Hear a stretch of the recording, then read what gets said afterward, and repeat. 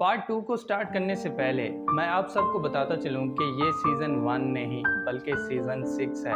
आप सब ने जो लास्ट पार्ट देखा वो भी सीज़न 6 का हिस्सा है और इसके पीछे रीज़न ये है कि बैटल थ्रू द हेवंस की प्रोडक्शन कंपनी सीज़न 1 के कुछ एपिसोड्स को सीज़न 6 के साथ कंबाइन कर रही है। यानी सीज़न 1 में जो इवेंट्स हुए थे वो उनको मिला के सीज़न 6 को स्टार्ट करेंगे।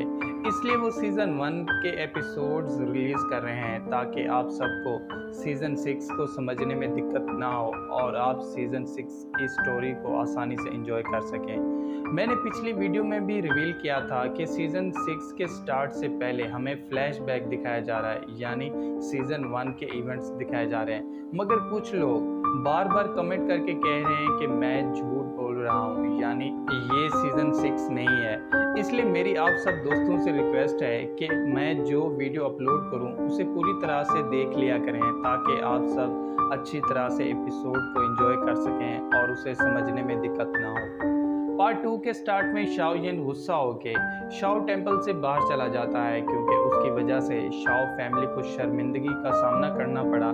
इसलिए ये सोच के वो अपसेट हो जाता है। तभी उसका फादर शाओ जैन वहाँ आ जाता है और आते ही उसे कहता है कि तुम खुद को ब्लेम ना करो। मैं जानता हूँ मेरा बेटा बहुत पावरफुल है और वो एक दिन सबके सामने ये जाहिर कर देगा। ये सुनते ही शाओ जैन अपने फादर को कहता है कि मेरी वजह से आपकी सबके सामने बेइज्जती हुई, इसलिए मैं खुद को कभी माफ़ नहीं करूँगा। ये सुनते ही शाओ जैन हंसने लगता है और फिर अपने बेटे को कहता है कि क्या तुम जानते हो कि शाओ फैमिली के मेंबर्स कभी हार नहीं मानते। क्योंकि तुम भी इस फैमिली का हिस्सा हो इसलिए खुद पे बोझ मत बनो, बल्कि अपनी हिम्मत और बहादुरी से आगे बढ़ो और जो भी प्रॉब्लम आए उसे एक बहादुर योद्धा की तरह फेस करो। ये सुनते ही शाओ येन खामोश हो जाता है, जिस पे शाओ जैन उसे अपनी पिल दे देता है और कहता है कि इससे तुम अपनी डोकी की पावर को रिकवर कर सकोगे। जिसके बाद शाओ जेन वहां से चला जाता है। तभी शाओ येन को एक बंदे की आवाज़ सुनाई देने लगती है। हालांकि शाओ येन के आसपास कोई भी नहीं था, मगर उस बंदे की बार बार आवाज़ सुन के वो शॉक रह जाता है। जिसके बाद रिवील होता है कि वो बंदा उसके हाथों के अंदर जो रिंग है वो उसके अंदर से बात कर रहा है। सिर्फ यही नहीं, पिछले 3 सालों से शाओ येन की पावर्स भी वही अब्सॉर्ब कर रहा था। क्योंकि शाओ येन अपनी पावर्स के जाने के पीछे की हकीकत को जान चुका था, इसलिए ये सुन के वो बहुत गुस्सा हो जाता है और उस रिंग को अपने हाथों से निकाल के बाहर फेंक देता है। तभी वो बंदा जो उस रिंग के अंदर था वो उस रिंग से बाहर आ जाता है, जिसका नाम याओ लाओ होता है। क्योंकि उसकी वजह से शाओ येन को 3 सालों तक शर्मिंदगी का सामना करना पड़ा था, इसलिए याओ लाओ को अपने सामने देख के वो बहुत गुस्सा हो जाता है और उसे गालियां देने लगता है। जिस पे याओ लाओ उसे बताता है कि तुम्हारी पावर्स को अब्जॉर्ब करने के पीछे एक रीज़न था जिसे मैं अभी नहीं बता सकता, लेकिन इन 3 सालों में तुम्हारी फिजिकल और माइंड को कंट्रोल करने की पावर काफ़ी बढ़ चुकी है। ये सुनते ही शाओ येन गुस्सा हो जाता है और वहाँ से जाने लगता है, मगर याओ लाओ उसे जाने से रोक लेता है और कहता है कि तुमने 3 सालों के अंदर अपनी पावर्स को वापस हासिल करने का कॉन्ट्रैक्ट साइन किया है और उन पावर्स को हासिल करने में मैं तुम्हारी हेल्प कर सकता हूँ।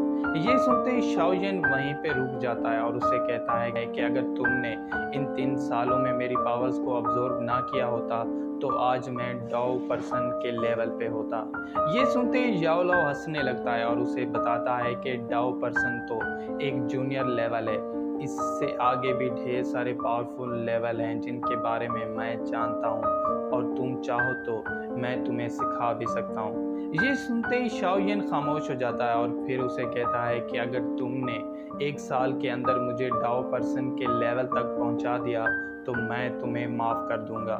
ये सुनते ही याओ लाओ हंसने लगता है और फिर उसे बताता है कि मैं खुद एक पिल मेकर हूँ। मैं ऐसी पिल्स बनाऊंगा जिससे तुम न सिर्फ अपनी खोई हुई पावर्स को हासिल कर सकोगे बल्कि उससे आगे यानी हायर लेवल्स तक भी पहुंच सकोगे, मगर उसके लिए तुम्हें मेरा स्टूडेंट बनना पड़ेगा, यानी मुझे अपना टीचर बनाना पड़ेगा। क्योंकि शाओ येन अपने फादर की खोई हुई इज्जत को वापस हासिल करना चाहता था, इसलिए वो याओ लाओ की बात पे राज़ी हो जाता है और उसके आगे झुक के उसे अपना टीचर बना लेता है। ये देखते ही याओ खुश हो जाता है और उसे कहता है कि मैं तुम्हारे साथ हूँ, इसके बारे में किसी को भी पता नहीं चलना चाहिए, इवन उन लोगों को भी जो तुम्हारे सबसे करीब हैं। ये कहते ही याओ वापस उस रिंग के अंदर चला जाता है।